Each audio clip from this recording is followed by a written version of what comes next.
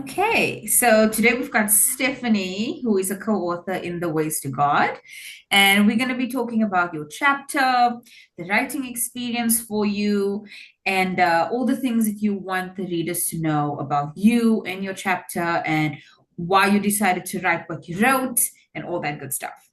So, welcome, Okay. Stephanie. Thank you. Thank you. Gosh, where should I begin? Um, thank you so much for inviting me to be a part of this book. I find your process fascinating in how you channel the authors and allow God, source, the universe to bring the names to you. I just can't get over that part of it. So It's I'm crazy. honored. It's It's great. crazy. I still can't comprehend it, and I'm honored to be part of it. Me too. I'm still in awe of it. And every time I reach out to someone and they tell me I've been expecting you, it still blows my mind. I Really. reached out to someone yesterday for another book that's coming out sometime later in the year or whenever. And she's like, "Oh my goodness, I was expecting you." She had some kind of reading done, but she's not the only one. Crystal, who's in our book, told me that she was expecting me too. And Now, did they know you or they just expected someone like you? well, not me specifically, but Okay. someone like me saying exactly what I was saying. And they were like, wow. So, Okay, that blows my mind. me Even too. more. Oh my gosh. So, do you get literal names? I get literal names. Sometimes it's a misunderstanding. So I will hear something or say something that's not really, it's more like a sound than it is a word. So I have to, like with Brianna Appling, I couldn't get her appling. I couldn't understand what was that. Is it apples? Is it, like, and I had to come up with all these different combinations and I had to like figure out what is this. And then I had to search Brianna on herself and see what comes up with different keywords. Because sometimes I get keywords when I'm looking for the book. Like when I get the book idea, I'll initially have like maybe a dream or someone will channel for me and then I'll get the title of the book along with a bunch of keywords. So I'll use the keywords to search alongside a name and see who comes up. So I've refined it over time to get more accurate because in the beginning, a bunch of the names meant nothing. It was no one, it was just nothing. So I've had to find ways to look for it and then also feeling. So you will look at it and you'll see a name, but sometimes the name means nothing. Like it doesn't, there's no Facebook. So I can't see what this person does, or there's no YouTube, or there's no whatever. So it's just a random person, maybe, maybe there's a Facebook profile, but there's just like a block profile. I cannot see anything. So I have to feel into, is this the right person to contact? What if it isn't? you know, Wow. Wow. So you go into meditation to receive the names, basically. Sometimes after the fact, but mostly I get a friend who does QHHT to hypnotize me, and then I will say the names while I'm under. Um, because I don't know when I try to do it, just me, in meditation, I have too many other things going on for it to be clear.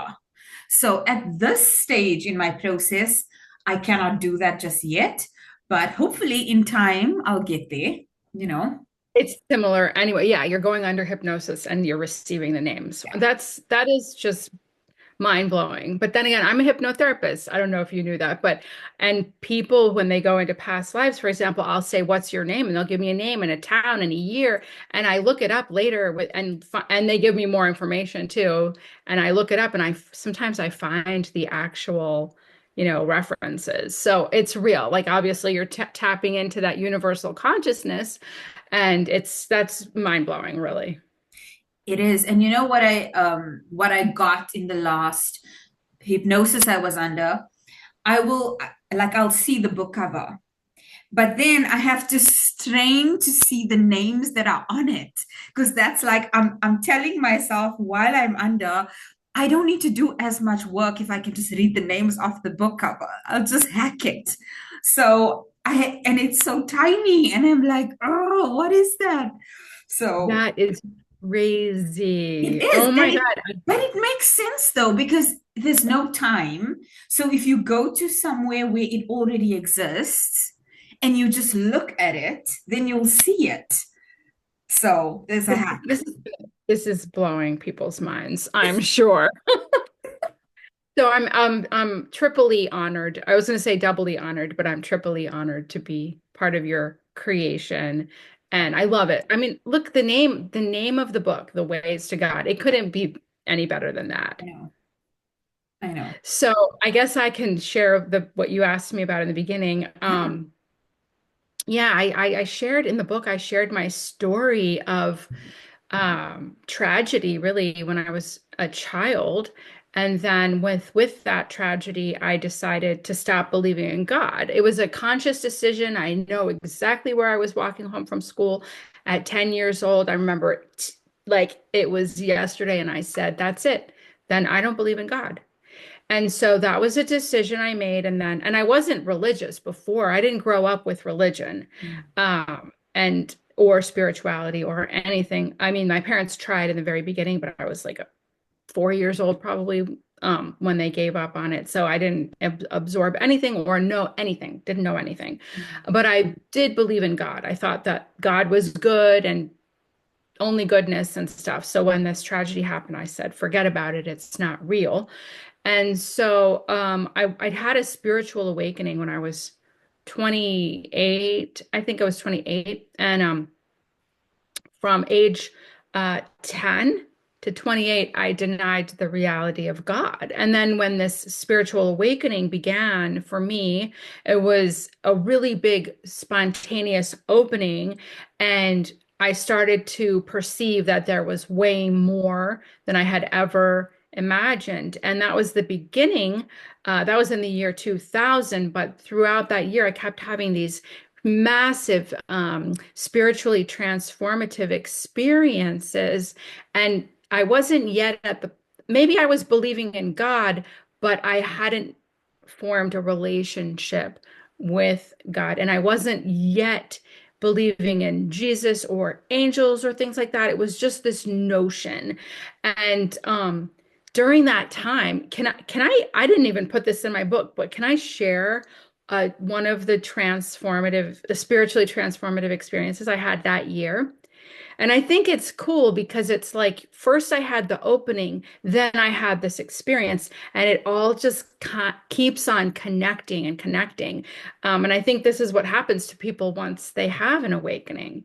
So that spring of 2000, after my awakening, um, I had an experience at the soul plane level. So I was sleeping, but it wasn't a dream. It was a real experience with between my soul and my father's soul. And yes, and my father had been uh emotionally distant. He was a workaholic. He just like went to work in the morning and came home, had dinner with the family, went to his office, kept working, and he just really wasn't present and he wasn't available like in any way. And so in this spiritual experience, his soul was in front of me, and I spewed out rage that I didn't even know I had. That wasn't even humanly possible. It was so much. And it's telepathic at that level. So I told him telepathically, you know, you were never there as a father. You never gave me any affection. You never said I love you. You never did anything. You were not a father. And I was so like hurt and abandoned and angry. And he stood there with shock and complete innocence. And he thought I knew all of his thoughts and his feelings and what he was saying, even though it's all telepathic. He was saying, I didn't know that my behavior and my actions had an effect on you or had an effect on others, like my siblings or my mom. He just didn't know. He thought he was doing the right thing. And he had no clue, clueless, totally. And because he had such a look of pure innocence and so much like apology and I'm sorry and I can't believe it had this impact and I had no idea and I'm so sorry I hurt you. With all of that, I saw in his face and the feeling, instantaneously there was unconditional love and total forgiveness to the point of there is nothing to forgive. And so I could feel this unconditional love flowing between us, pure unconditional love, total forgiveness, like a complete healing, a total healing. And so when I woke up that morning, I knew I had it with, it was real. It stayed, it was permanent. It wasn't fleeting, it was a permanent change. A couple months later, my father was diagnosed with terminal cancer. And I do write about this. This is like part of, my book, but not this particular story. So it can be tied in. Like people who read my chapter will say, "Oh, this is part of it." But so when he was diagnosed with cancer, he was going to die and he knew it. And we had complete love and healing between us automatically from our soul healing level. No words needed to be exchanged about that. I wasn't at the place where I could verbalize what had happened because I had just woken up spiritually and it was a private thing. It's not like you talked about these things at the time and I wasn't equipped yet to talk about it. I wasn't there yet. And so what we had, I flew home, I dropped everything and went home to DC. I'm from Washington, DC, to care for my father 24/7. My mom was working full time and she's the one that carried the health insurance. So she just kept working and I became the caregiver along, my sister came for a while too. But anyway, um, so during that time of taking care of him, we just had pure unconditional love between us. And it was the most beautiful time ever, other than what the readers who read my chapter will see, that there was severe abuse happening simultaneously. So it was like the most horrific, tragic, beyond imaginable, horrible time. But the interchange between my father and I as his caregiver was absolutely beautiful. And so words don't need to be spoken sometimes at the human level when there's been a healing at the level of the soul. And I also think a message about this story is that a lot of people out there think that when someone dies, things are left undone, things are left unsaid, but that couldn't be further from the truth because you can always 100% of the time heal things at the soul level. They can still communicate with us. They're right with us. They're not somewhere else. They're right here with us. We can have conversations. We can heal our heart. It can heal their heart. Their heart can heal. It can heal ours. Like it goes both ways.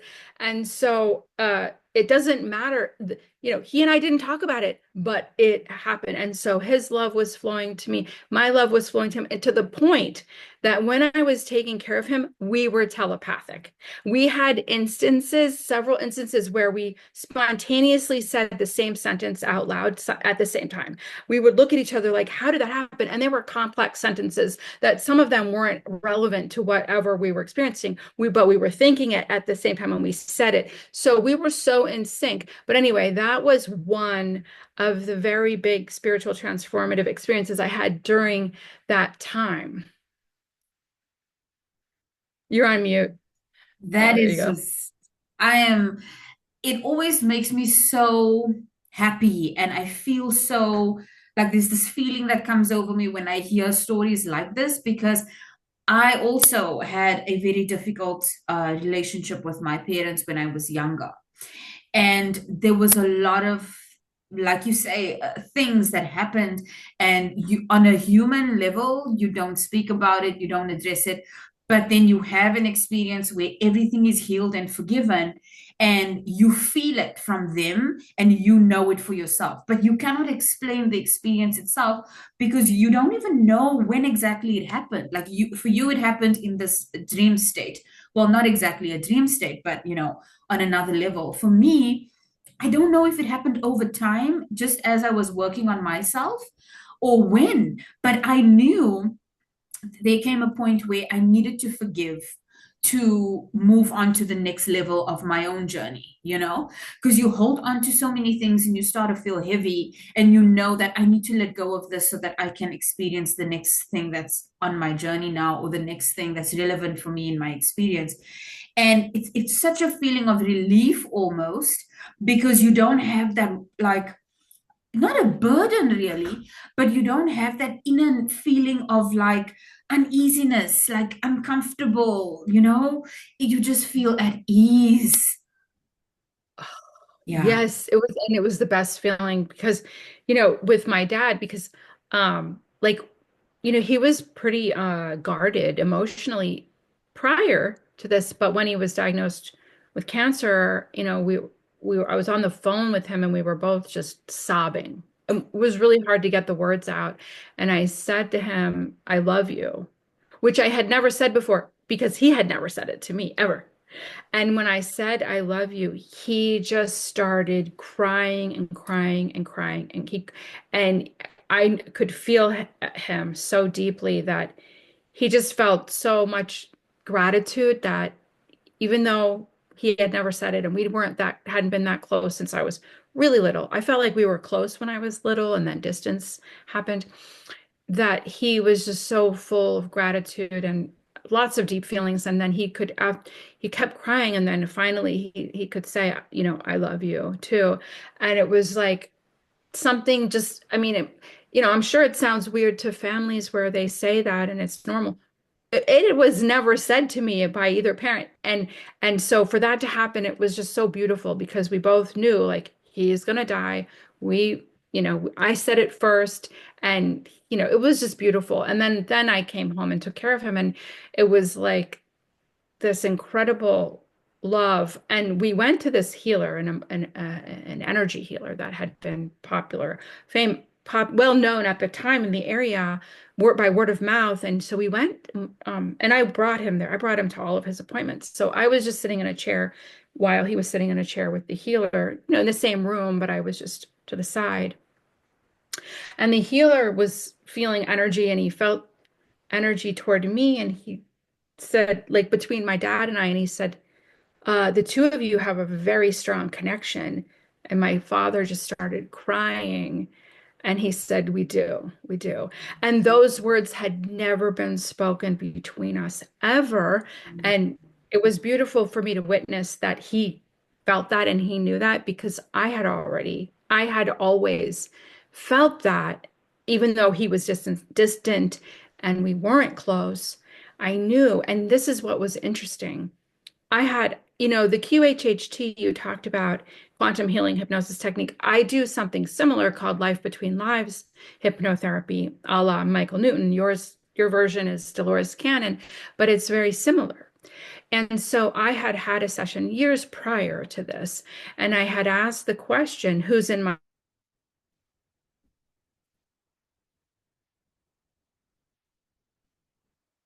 school appeared, and my father appeared. In this session, I only found out two of the members of my soul group. And I was like, wow, my father is in my soul group. How interesting. And I didn't really think too much about it, but in the end, I could see the impact of that, the depth of that connection, and he could feel it too. And it's just something that's felt, and in our case, unspoken. Well, until the Polish healer said, you too. And it was beautiful to witness my father knowing that and feeling that while he was alive. And then after he died, I never missed him. I never had to grieve or cry or anything because he was just in my dreams constantly with me all the time, talking to me, visiting me. And so I've never missed my father. I've had him more with me after he passed than I ever did when he was alive. Wow. Yeah, I was just gonna say, I was gonna ask you, did you see him and be with him after he died? And you literally just answered my question. So, Yeah, all the time, still to this day. And anyway, what else about the book? I go on to share like what happened after he died, and then my path, continued with the awakening throughout many years. as it does, it continues to continue. So there's nothing we can do about that. Like I always, and I know it will never end because there's always more expansion. Expansion doesn't have an ending point because it's infinite, right? So there will always be more. But it's like you get to a point where there's more, and you're like, okay, what could be next? And then there's more, and it's like, what could be next? It is Right, insane. And when you think right. about like how it unfolds from believing something and then deciding I don't want to believe in anything at all, because I also had a similar experience. You just, I'm done with everything. And then you have profound experiences that you cannot explain, but you know that there's something. You know, because you're having these experiences, it means something to you. There is physical like, you can see the change, you can experience the change. There's literal someone else who is validating that change because they are also experiencing and seeing it, so you know it's there. But then how do you say, okay, this is what I'm going to call it, this is what it is?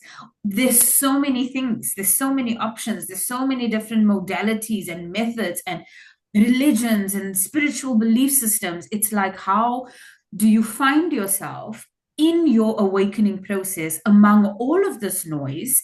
And then on top of all of the noise, there are people saying, I'm right and you're wrong. So then there's the righteousness about it, there's the judgment factor. So it's like, how do you awaken in chaos? And I think that is the point. Yeah. Amir, you just touched on what happened to me. So so my mom was abusing my dad when he was dying. It was horrendous. And then her rage, she was abusive to me too, but he was getting the brunt of it at that time. She had psychotic episodes and things. It was that bad. And then when he died, I was also severely ill. It's a whole big story, which is in my book, or this book. It's in my chapter, I mean. Um, and so I was in bed. I was fighting for my life. And I was just trying to survive. And my mother was abusing me at the time. And she was coming into my room and yelling at the top of her lungs, go live on the street, go live on the street every day.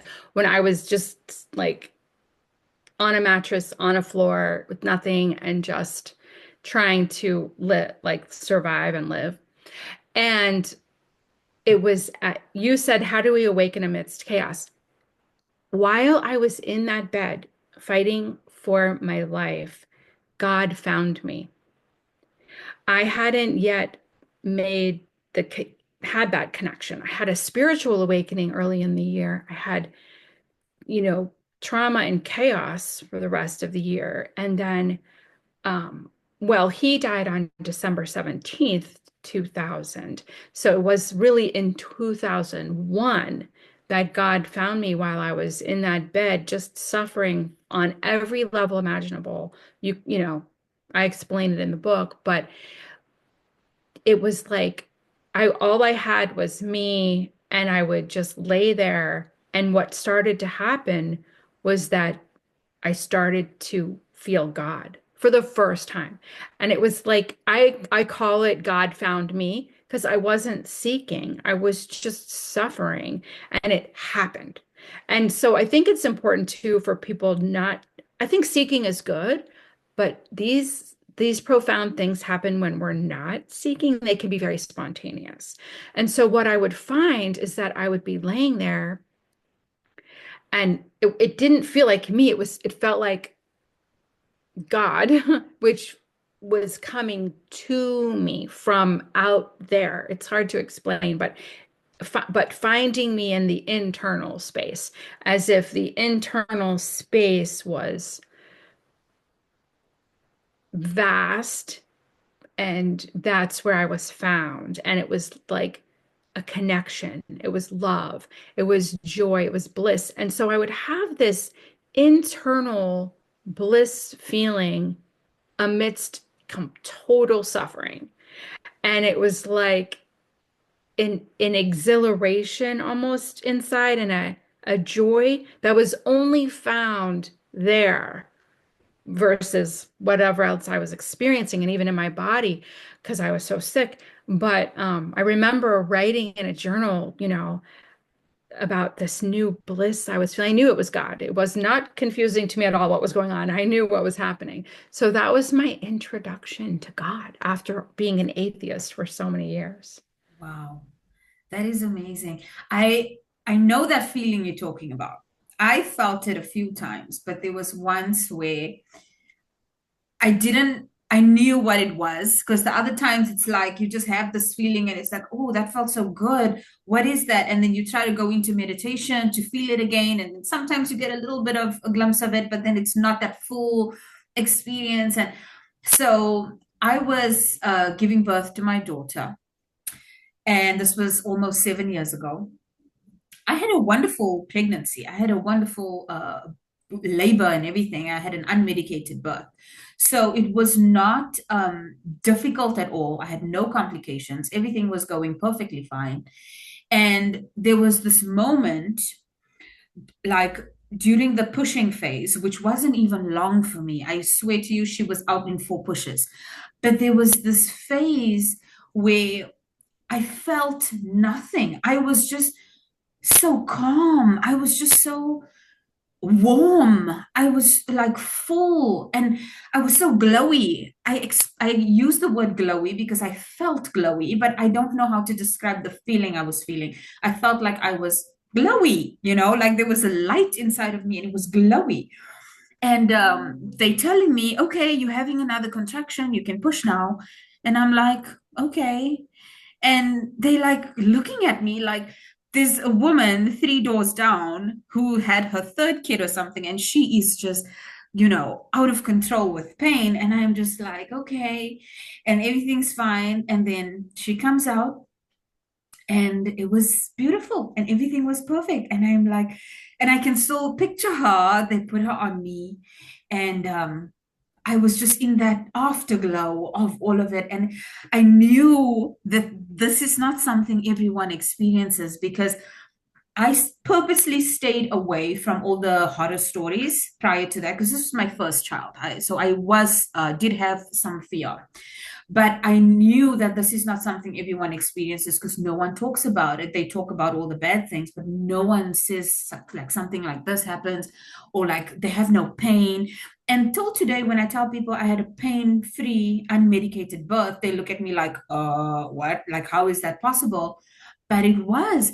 And I prepared for it, because every day in my 7th month, 7, 8, 9, every day I would take a bath and I would talk to my child. I would talk to, like, I didn't say God at the time, but I would talk and I would say, I know you're going to be with me. I know that this is going to be, a good experience for me. And I would calm myself and I would like meditate on it. And I would just feel at ease with the whole experience, like opening every day, just opening.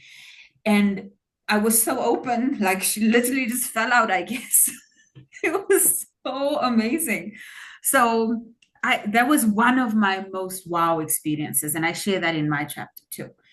But I know that feeling, and I wish I could have that feeling every day, but I have to remind myself that I'm human and I need to remember what it's like to be human, because that's why we are here. I don't want to just float off into the cosmos every day and not like remember my responsibilities, and the purpose that we have and the responsibility we have towards the work that we do, the people that are awakening, that are looking to us for guidance or whatever it may be. I'm not saying that we are, experts in it all, but a lot of people don't talk about their awakenings. They don't share. And so when people are looking for, not a teacher specifically, but for someone who has gone first, they want you to say, this is my experience, this is what happened to me, so don't feel alone, don't feel afraid, let me hold your hand through this. So that's how I feel.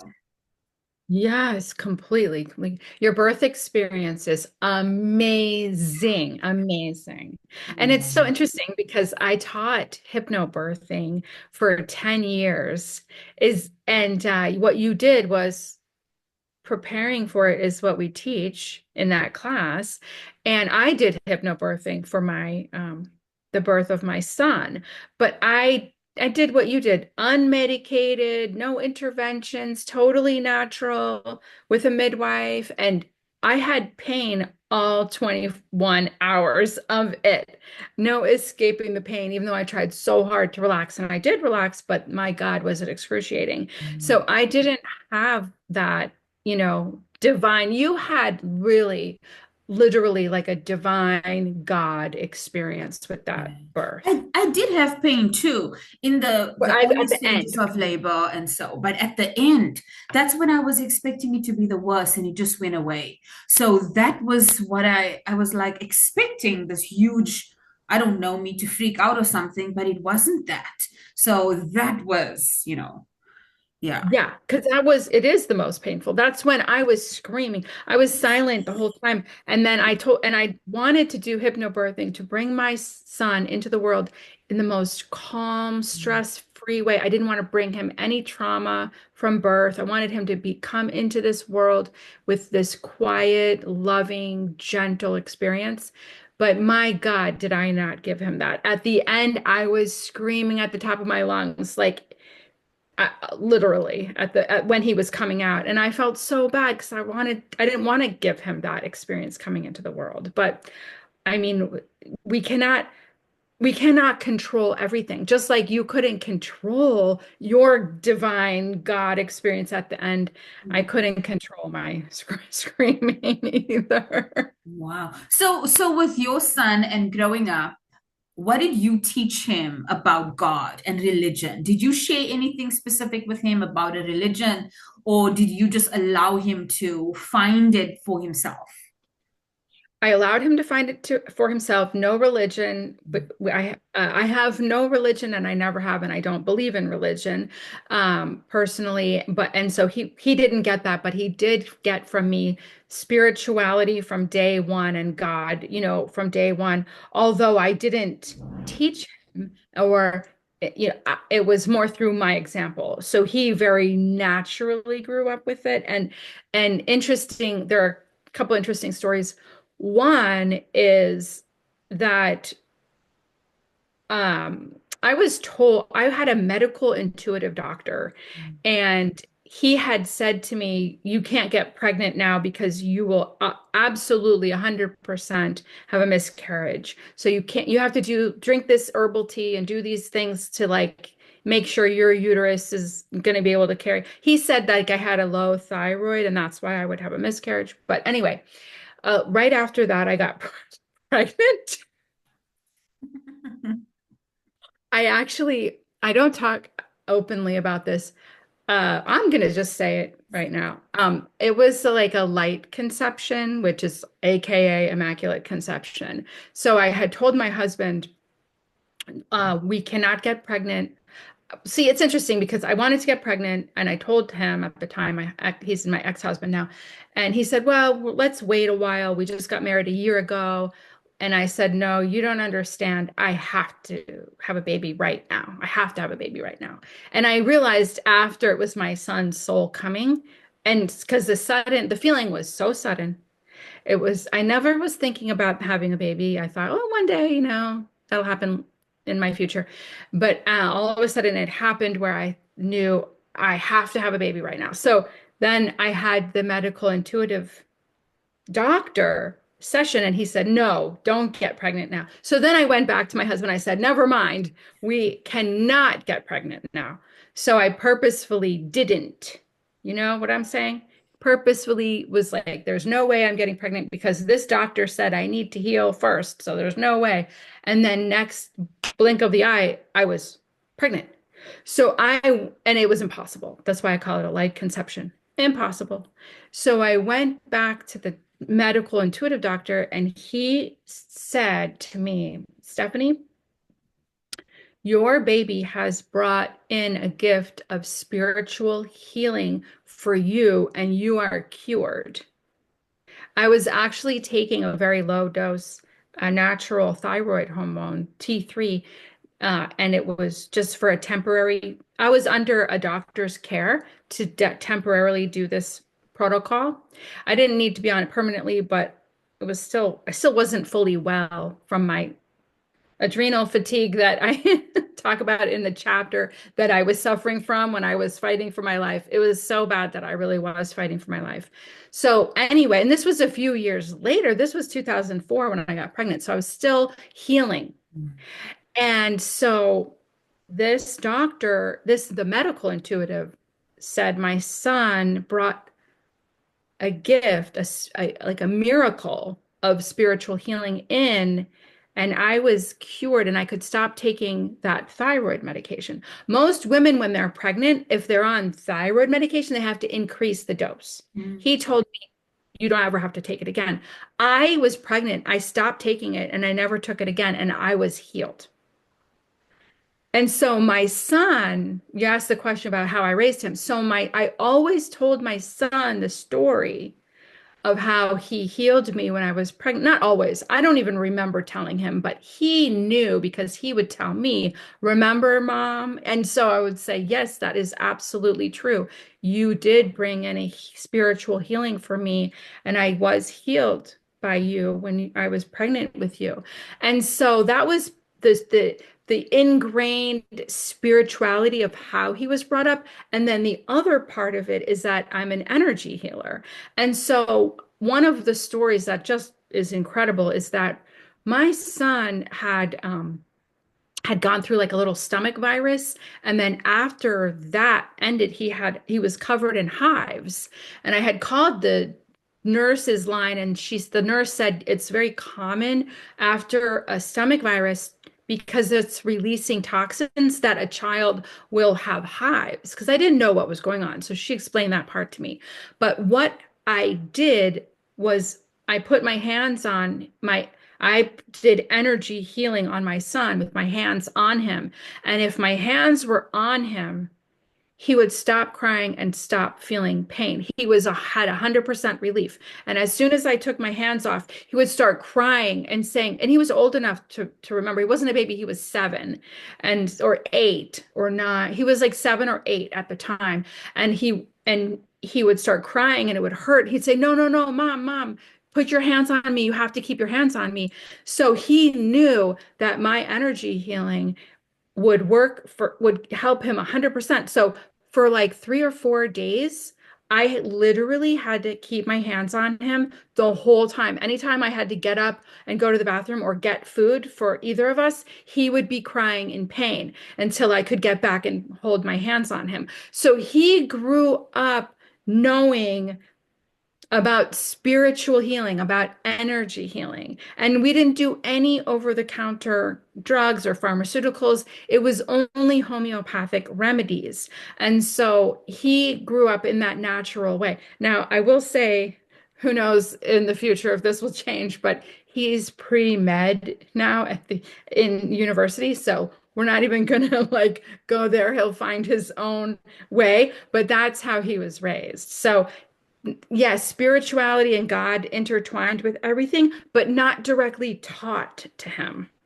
That's amazing. And I'm so glad that he's pre-med, because imagine a doctor who is already a healer, because you are a doctor, you heal people literally. But imagine a doctor who is also aware and in tune with energy healing, which he obviously is.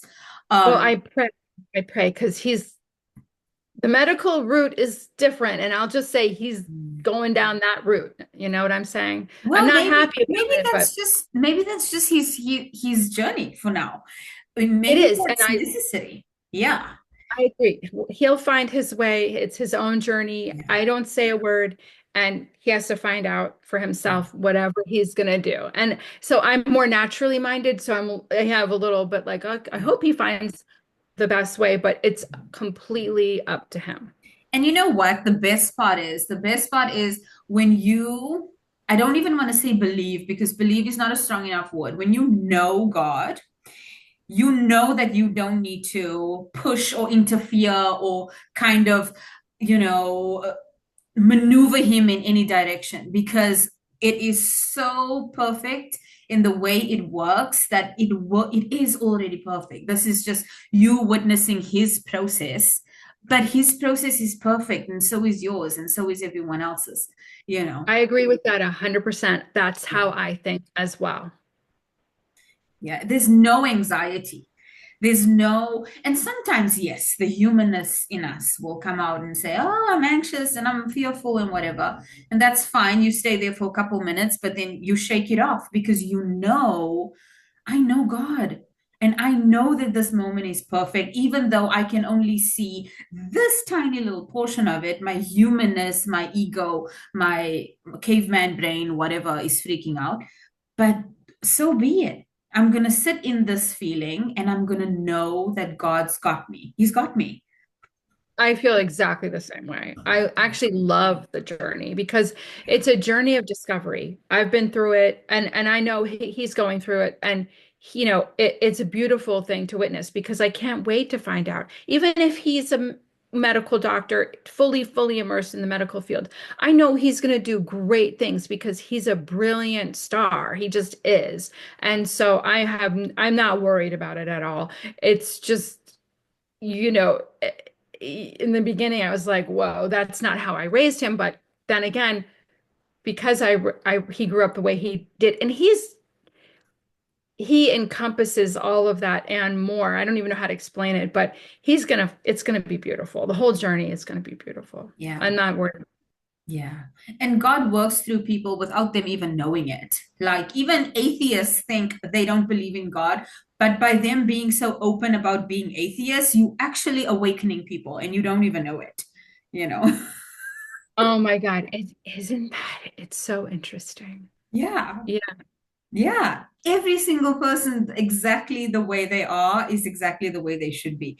And it's funny because we always want to change. I wish I was like this and I wish I was like that. You just need to be you. That's all you can do. And that's the most perfect thing you can do, you know? Oh my gosh. You know what? You couldn't have said it better because that's how God not only sees us, but created us. Like everything here on earth is happening in such perfection and in such complexity that we can never conceptualize it or imagine it. But when we have either a near-death experience or a God experience, even if we don't die, for example, I've had this, so I could see the complexity, the intertwinedness, and the interconnectedness of every single thing, Mm. but every single thing is one thing. Mhm. That is crazy to conceptualize. We can't actually unless we're in that state, but and that every single thing is perfect. We're it's like a perfect mathematical equation that fits together and can't be changed and but it's flowing at the same time Yeah. in perfect rhythm. It's just incredible. Oh, God yeah. is math is like a phrase that I've heard, and I agree. God is math. Yeah. And I had this I did this guided meditation once by what's this guy's name? Oh, I forget his name. But anyway, he's got a bunch of guided meditations on YouTube. And this was an old one, like from 12 years ago or something. And it was called Descend into Yourself or something like that. Anyway, so I'm listening to this guided meditation. It's about 2 hours long. So I fall asleep somewhere in between. And in my sleep state, which was not really a sleep state because in the beginning, he like tells you that your body is asleep, but your mind is awake. So I know my mind is awake, and but I know Was that I'm it asleep. Bob Monroe? No, no, no. Oh, sorry. He says the same Something thing. with an S. Is it Not Joe Dispenza. Santoni? No. Something like a Santoni or Anyway, something. I okay. cannot recall. I'm so sorry that I cannot remember his name. But I will message you later and I'll tell you who it is. Anyway, so I'm listening in my sleepy, half sleepy state, and I see like this thing. So this thing looks like nothing at first. It's fuzzy, and then I like it's moving backwards, and I'm moving backwards, and so it comes more into vision, and it's everything. It's everything. It's everything. And so there's a thread, right? So it's everything. And there's this thread, and this thread is just like loose and hanging. And I'm annoyed by this thread that's hanging. And I'm like, I just want to pull this thread out because this picture is so perfect. And I start pulling on the thread. And the whole thing is one thread. And I'm pulling and pulling and pulling. And it's unraveling, but the thread never ends. You can see the color changes. You can see the texture changes in the thread. You can see how there are certain knots in some spaces and there's whatever. So you could see where like things were if you look at the whole thread pulled out, but it's one thread, it's not multiple. And I was like, what is this, what is going on? And it was crazy. And then I woke up, not even through the entire meditation, I woke up and I was annoyed because I wanted to know the ending of this whole thing. And I didn't even realize the profoundness of what I had seen because I'm annoyed by this thread that just wouldn't get pulled out. So after a while, when I was thinking about it, and I was talking to someone and they were mentioning something called this tapestry of creation or something. And I was like, wait a minute, I know what you're talking about. It's the thread that I was pulling. And then I kind of like made the connection. But that, yeah, that was It crazy. was no accident that you heard someone say the tapestry of creation. You needed a little clue to Yeah, make you recognize what you had experienced, which is amazing. yeah. So that's how perfect it is. Like you were explaining, it's just no words. You don't even you can't word it. You just need to sit in its perfection and just be at peace. I know, but then we live our lives and we forget that. And then we think, why isn't this happening? Or Yeah. I need to do this, or isn't it supposed to be like that? And it's like we forget that everything is happening just as it's meant to happen. And if we could settle into the knowing, settle into that God experience we have had, oh my God, how amazing life would be. Yeah. Yeah. Without that judgment and, people saying all these things that, oh, this one is wrong and this one is bad and I'm good and I'm the best and, all that, like that noise is so annoying. But I see how important it is for certain people, and I see how it's needed and how it actually helps some people, which is a good thing, because again, it doesn't matter how you find God, as long as you find it and you are at peace with your journey of it all, and as long as it's coming from a place of unconditional love and acceptance of others, it's perfectly fine. Like I say to my daughter all the time, she's going to be 7 this year. She goes to a private school, and they are very much, it's not a Christian school specifically, but her teachers are all Christian. And so they teach a lot about the Bible and prayer and Jesus and all that. And I have no problem with that. I love Jesus, I love everything. And so she'll come home and she'll say, oh, can we pray? Can we pray like this? And I said, that's fine. But the way I pray is also fine. And the way anyone else prays is also fine. Like everything is okay and acceptable. Even if someone doesn't believe in Jesus, it's still okay and acceptable. So for her to learn from a young age that no matter what you believe in, it's okay and it's acceptable and it's valid and it's to be respected, and never look down on someone for their beliefs or never look up at someone for their beliefs. It all is perfectly valid and acceptable. And in God's eyes, it's all wonderful. It's everything. Eventually, you're going to die. Eventually, you're going to find your way back. And then you're going to realize, oh, okay, this was all just a fun game, but it's all perfect anyway. Exactly. Everything is perfect. Yeah. So, Yeah. well, this was a wonderful discussion. Oh, it really was. Thank you. Yeah, I always love speaking to you. You guys are the best. I have the best authors ever. It's like I have the best time doing books. I don't even work. Like I say, I play all day.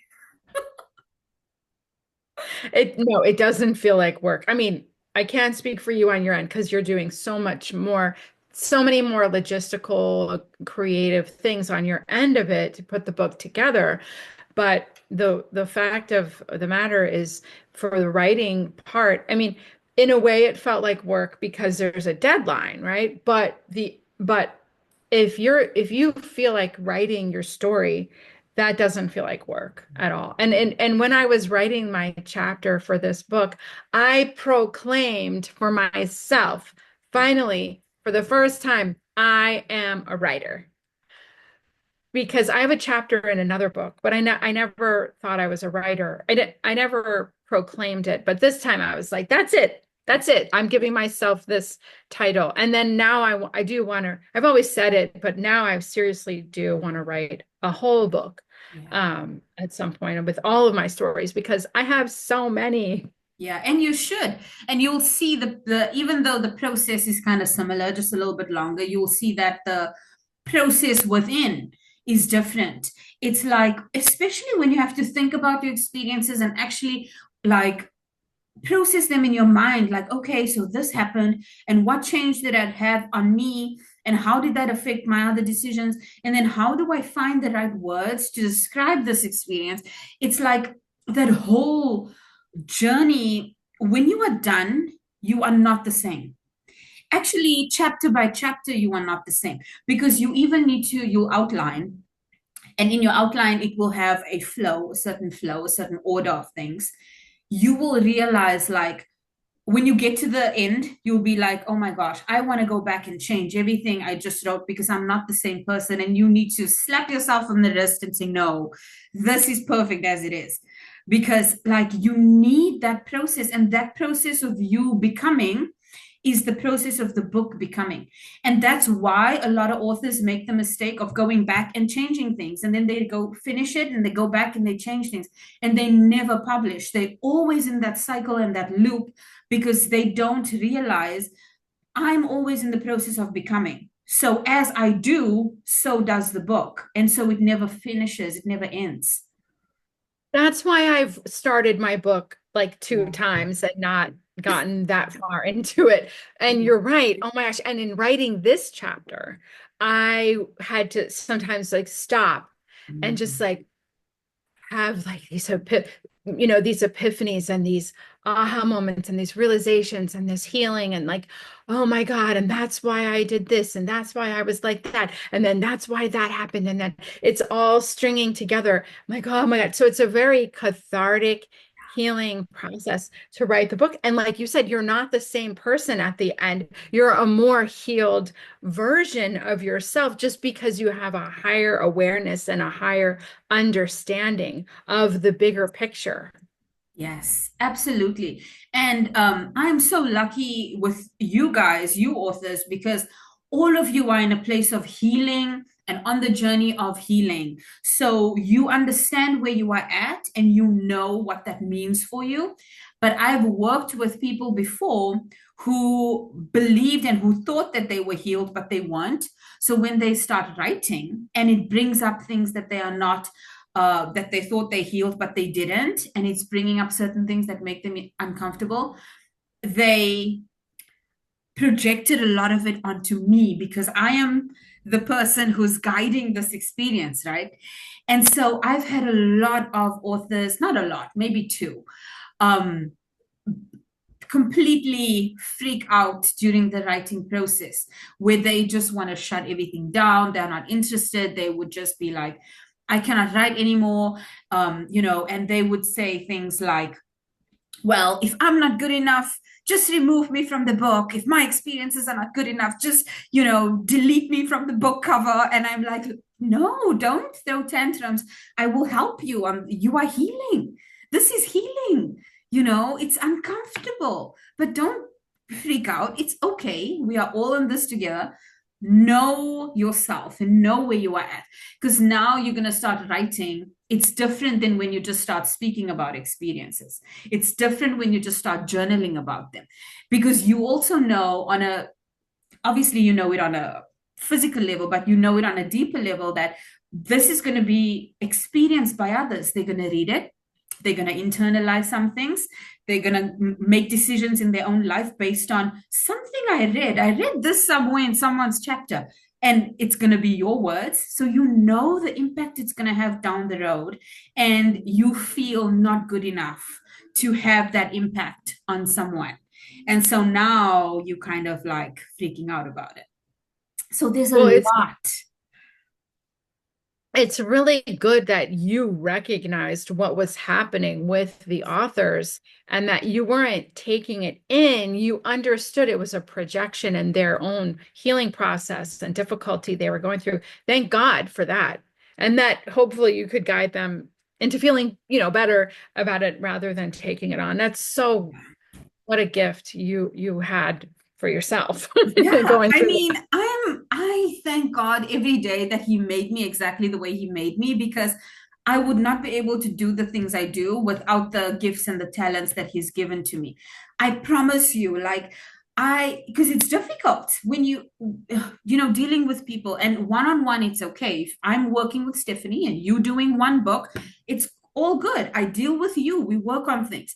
But then when I have multiple people on the same thing, and now the intention and the vibration of the book needs to be protected, and I need to hold a space for that while keeping everyone else in a safe space too, to share and to heal. It is a lot.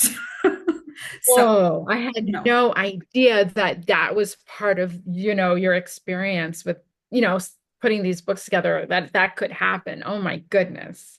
it does happen. And, these books are not just stories, they will have a ripple effect. They will have, that's why we need to be very intentional and responsible with the things we share, because it's going to impact people's lives. And so I have to take that seriously, because these assignments were given to me, right? So if I put that on you or on someone else, I have no control over, like I said, the vibration and the purity of the book. So everyone and every book needs to be treated that way, with so much care, like a baby, like an infant, and like nurture it and shape it. And now it's a little baby, and okay, it's published and off it goes into the world. And I do that again and again. I love, oh my God, what a big task. What a big job you have. Oh my goodness. Yeah, it sounds like a lot, but it's fun. It's fun. Good. Yeah.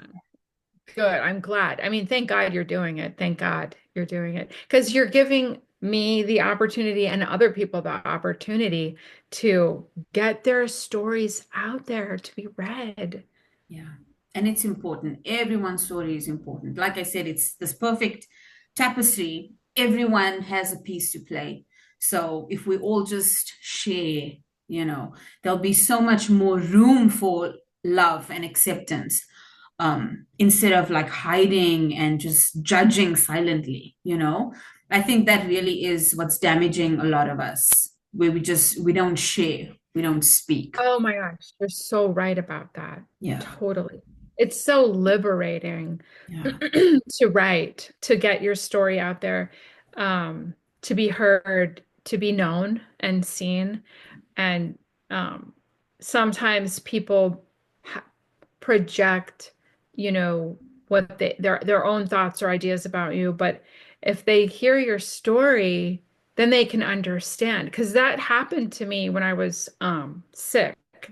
When I was sick, I write about this in the book, but not this part.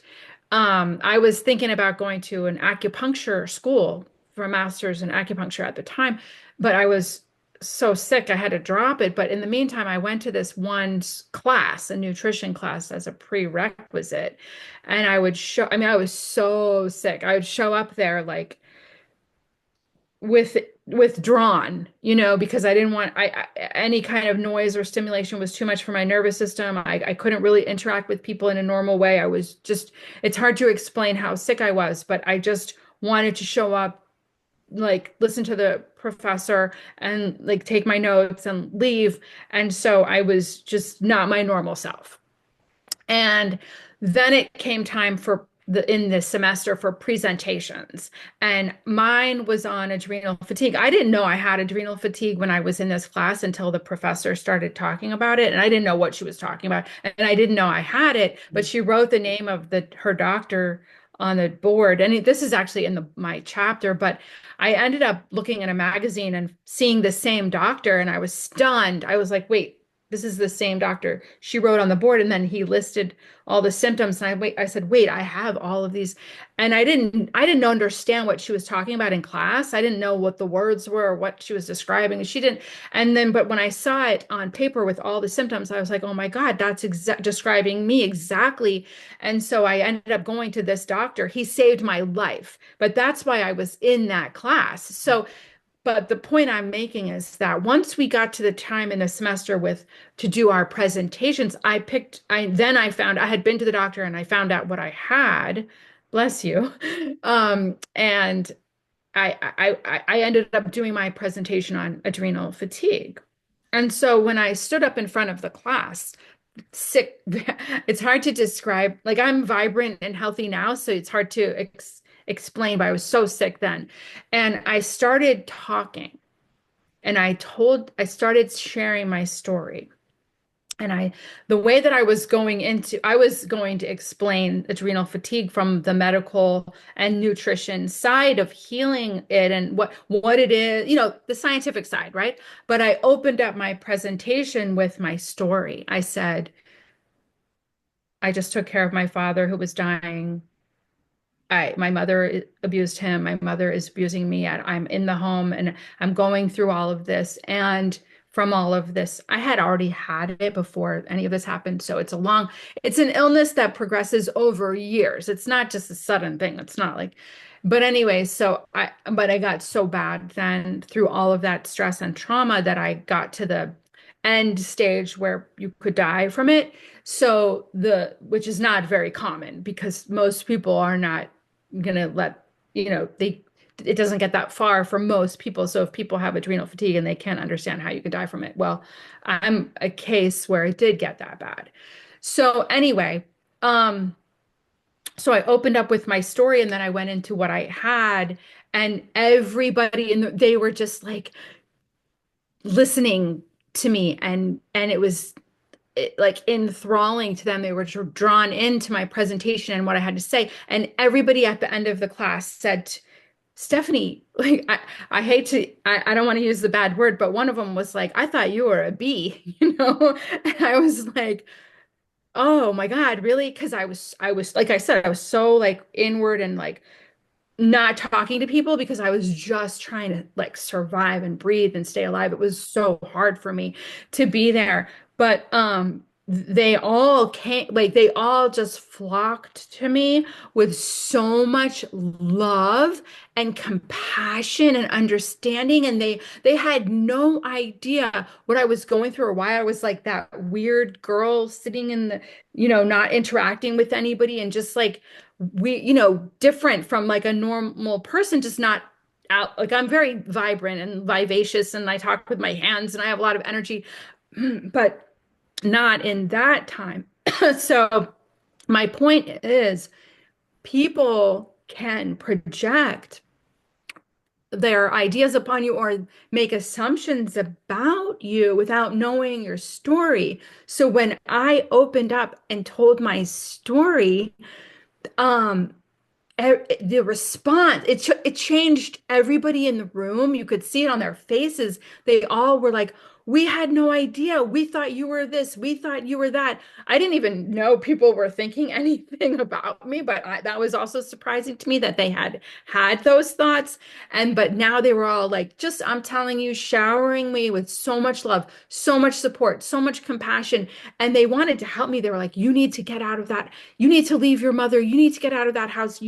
And they were just like rallying behind me. Everything changed from that point on with these people. So the point is that we were talking about why I brought the story up is because when you're giving the people the opportunity to share their story, when we share our story, it's healing for us, but it's healing for people around us. And then they can have a deeper understanding, not only about us, but about humans in general, why, the struggles that people go through, what happens, and that we all have to be more understanding and compassionate and not judge other people for their struggles. We should never project our ideas or our assumptions or judgments onto others. We should always come from a place of either not knowing, so no judgment, I don't know, and no projections, no judgments, but just compassion. Even if we don't understand, we don't have to have understanding, but we can at least have the not knowing, which opens the field for anything as possible, but without judgment and love and compassion. So by the people who share their stories through your books or other publishers, it's just a beautiful platform for allowing people to put it out there, and that just lets everybody grow. Yeah, for sure. I couldn't have said it any better. And we are made up of stories. Your entire life is a story, and if someone, like you said, if someone could know it and understand it, there would be so much more compassion and love for everyone else because no one has it easy. You might think you have it easy, but you don't. There are things that in your story that can really positively impact someone else. And so, what kindness and what compassion and not what love to just share so that someone else can heal, like you said. And so, that's why I'm super excited for this book because it's just filled with love and compassion and healing and just a feeling of wanting to share this with the intention of making the world a better place. So I'm so excited for this book. I'm so excited for your chapter and mine and everyone else's. And it's going to be out on June 28th in paperback and hardcover. It's now available on pre-order, so people can go and get it on Amazon. I'll put the link in the description. And I'm excited. It's going to be so good. I'm excited too. Thank you. Thank you. I had such a good time speaking to you today. Me too.